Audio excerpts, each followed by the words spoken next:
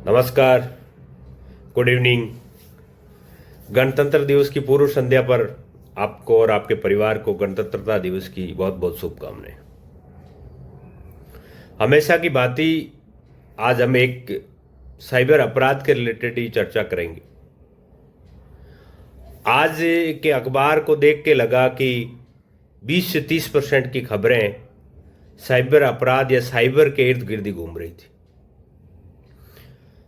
रविवार का समय था और ये सब चीज़ें देखने के बाद एक चीज़ दिमाग में आई कि वर्तमान में जो सबसे ज़्यादा जो ट्रेंडिंग में अपराध है और जो एक आम आदमी के जीवन में जो सबसे बड़ा खतरा बनता जा रहा है वो साइबर अपराध। ज़रूर इस चीज़ को लेके हम संतुष्ट भी हुए कि जगह जगह साइबर अपराध को लेके जागरूकता का अभियान चल रहे हैं।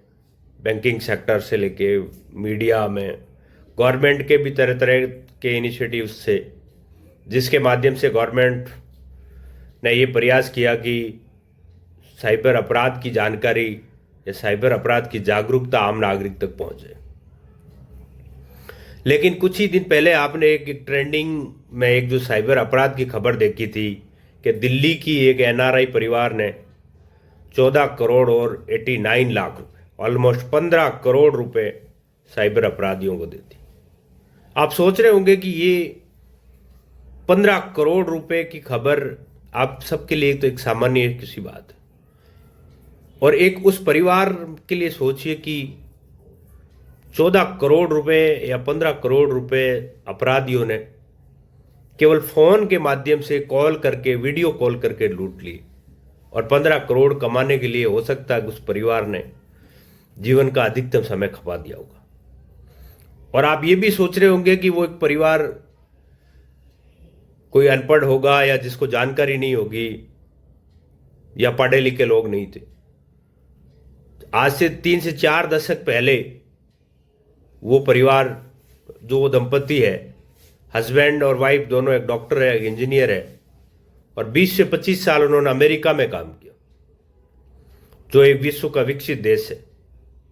वहां पे काम करने के बाद उन्होंने वापस सोचा कि जिस माटी में हमारा जन्म हुआ, हम वापस उस माटी के लिए कुछ करने के लिए वापस इस देश आए और खूब सारे ट्रस्ट चलाए। और उन्होंने अपना जो भी उनके पास जानकारी थी उसके माध्यम से यहाँ के लोगों को वो अपने अनुभव साझा करें। चाहे उन्होंने मेडिकल के रिलेटेड कैंपेनिंग किया, स्कूलों में जाके बच्चों के स्वास्थ्य चेकअप के कैंपेनिंग चलाई, और उनके हस्बैंड ने उनका सपोर्ट किया, और दोनों ने मिलके इस देश को एक क्रेडिट के रूप में वापस लौटाने के लिए यहाँ आए। लेकिन वो इस साइबर अपराधियों के धक्के चढ़ गए और 14 करोड़ रुपए उनको दे दिया। बड़ी दुखद की घटना है, और उन्होंने भी सोचा होगा कि इस देश का कैसा कानून है। उस कानून ने अपराधियों के इतने हौसले बुलंद कर दिए कि वो 14 करोड़ रुपए या 15 करोड़ रुपए भी तुरंत ले रहे हैं, बेझिझक ले रहे हैं। आप सोचिए कि वो कानून यदि और ज्यादा सख्त होता तो खैर ये नौबत नहीं आती। लेकिन वैसा ही हुआ कि इस अपराधियों ने इस कानून को उनके लिए सजा के तौर पर नहीं मान के एक सहारा माना और 14 करोड़ रुपए लूट लिए। बड़ी बड़ी दुर्भाग्य की बात है। ऐसे हजारों केस। मैं इस वीडियो को अपलोड या आप तक साझा करना केवल टीआरपी लूटना नहीं है, लेकिन आपको आपके जिम्मेदारी के लिए आपको कह रहा हूं, आपको एक जिम्मेदार नागरिक होने के नाते आपको एक कर्तव्य का एहसास करवा रहा हूं कि इस भारत को गणतंत्र होने के तो 75-76 साल होने वाले, 76 साल हो गए। क्या इस देश को गणतंत्र के रूप में लागू करने वाले कानून का पैच यदि नरम हो सकता है, तो आप इस देश के एक जिम्मेवार नागरिक बन के आगे आइए और अपने जिम्मेदारी के साथ उन परिवारों और उन लोगों को बचाइए जो साइबर अपराधियों के चंगुल में फंसकर अपने जीवन को तबाह कर रहे हो। खूब आप दिन भर सोशल मीडिया में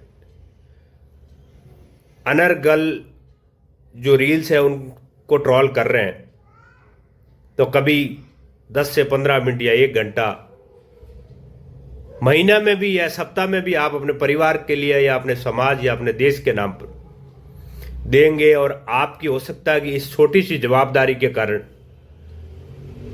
आप अपने परिवार को या अपने समाज के किसी एक परिवार के जीवन बचा लेंगे, तो मेरे हिसाब से बहुत बड़ी उपलब्धि होगी। मैं आज अखबार की खूब सारी क्लिप मेरे ये डिस्क्रिप्शन में और फोटो के साथ में जो साझा कर रहा हूं, आप देखिए। एक दिन के अखबार में इतनी खबरें आ रही है साइबर अपराध को लेके, तो फिर भी ये अपराधी कैसे बच रहे हैं, इनको कैसे शरण मिल रही है। अब सबसे बड़ी दिक्कत ये है कि ये अपराध एक देश का नहीं रह गया। अब वो 15 करोड़ रुपए वाला जो अपराध है, उसमें जब अपराधियों को कुछ अपराधी पकड़े गए तो उनके पीछे नेपाल और कंबोडिया को साइबर को गिरोह है वो काम कर रहा है। तो आप जो भी आपके पास साइबर के रिलेटेड आपके पास जानकारी है, जरूरी नहीं आप टेक्निकल रूप से जानकार हैं, लेकिन एक सामान्य रूप से जागरूकता आप अपने परिवार में, अपने समाज में, अपने मोहल्ले में ये बता सकते हैं कि एक आप जिम्मेवार नागरिक होके आप थोड़े से लोगों को जागरूक करिए। शिक्षित होना और जागरूक होने में बड़ा फर्क है।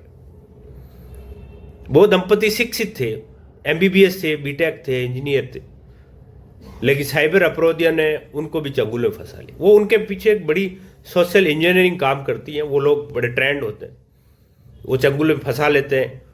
और सबसे बड़ी विडंबना तो ये है कि इस टाइप के अपराध को जरूर ट्रेंडिंग में और सोशल मीडिया या अखबारों में है, लेकिन आम आदमी आज भी इसको बड़े हल्के में ले रहा है। वीडियो लंबा हो रहा है, मैं आपको इसकी ज़्यादा हिदायतें और अपनी ओर से नहीं कह रहा हूँ, लेकिन आप, मेरी एक गुजारिश है, इस वीडियो के भी उन लोगों तक पहुँचाए जिनको अभी तक इसकी जानकारी नहीं है। ये खबरें भी उन लोगों तक पहुँचाइए और अपने समाज, मोहल्ले, स्कूल, गली में जहाँ भी आपको मौका मिले 5 से 10 मिनट लोगों को जागरूक करके बताइए कि आप कानून के भरोसे अपने जीवन का भविष्य मत मानिए। तो आज मेरी सब उन युवाओं, माताओं और बहनों से गुजारिश है, इस वीडियो को सब तक पहुंचाएं और एक जिम्मेवार नागरिक का जो दायित्व है वो पूरा करें, और सब कुछ साइबर के रिलेटेड जो भी जागरूकता है आपको पहुंचानी है। Thank you so much.